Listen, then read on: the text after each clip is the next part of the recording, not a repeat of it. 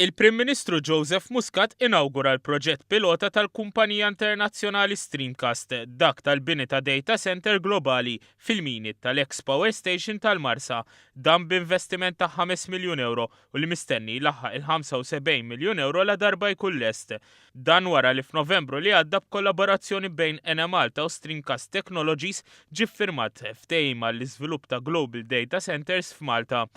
Dale Hardwick, direttur ta' waħda mill-kumpaniji fih dan StreamCloud, ikkonferma ma' dal-istazzjon li issa ser jibda l-proġett innifsu f'dik li darba kienet l-aktar power station li tniġġes u li parti minna ser tinbidel f'data center li ser jimpjega numru ta' ħaddiema. Yeah, we have the opportunity to now move forward to the other tunnels that exist. We have designs that are being progressed and there will be significant investment going forward to create leading edge data centers in those tunnels too. Wieħed mill-inġiniera tal-proġett Mark Aldrich spjega x-xogħol li sar sabiex inbniet l-ewwel parti minn dan id-data center. Okay, so there were many different challenges, certainly none least because we were actually building in the tunnels, so there were major logistical issues, but primarily from us and Streamcast and StreamCloud, we want to preserve the areas we're working in. So for us there was massive history in those tunnels and we wanted to make sure that we protected that and also captured that.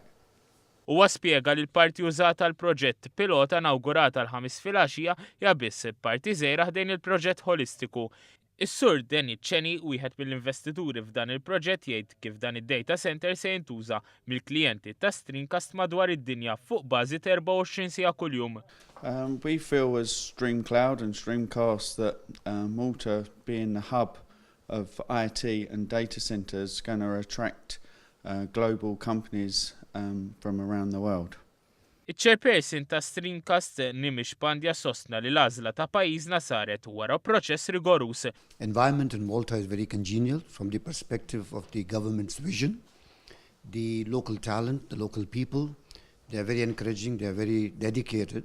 And as Streamcast philosophy has that wherever we go, in whichever country we launch our projects, we want to involve the local people. We found that the local environment is very positive.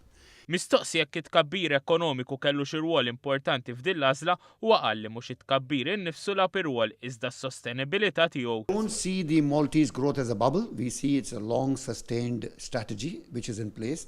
And we are happy that the government is really putting into all its efforts to see that it's a sustainable model of economy that is creating. And therefore I think it's attracting a lot of people. L-inġinier Frederick Azzopardi, chairperson tal-kumpanija Enemalta, qal li l-Enemalta qed tiddiversifika l-prodott tagħha u qed tmur lil mill-operat ewlieni tagħha li tipprovdi l-elettriku. Il-Ministru għall-Enerġija Joe Mizzi qal li dan huwa l-ewwel proġett fatwali tar-riġenerazzjoni tal-Marsa. Bl-aħjar mod billi anke l-Enemalta stess ikollha introjtu iktar u anke wkoll il-fiħsib tagħha illi proġett bħal dan illi żgur jikkomplimenta din l-erja u jagħti dera iktar ukoll għax dan ħanitek dan proġett bħal da se jġib ċertu ukoll ċertu isem lejn il-Marsa. Ifri anke bħala istigma li kien hawn ukoll tinbidel ukoll għax se jkun hawn data center se jkunu nomat mad-dinja kollha.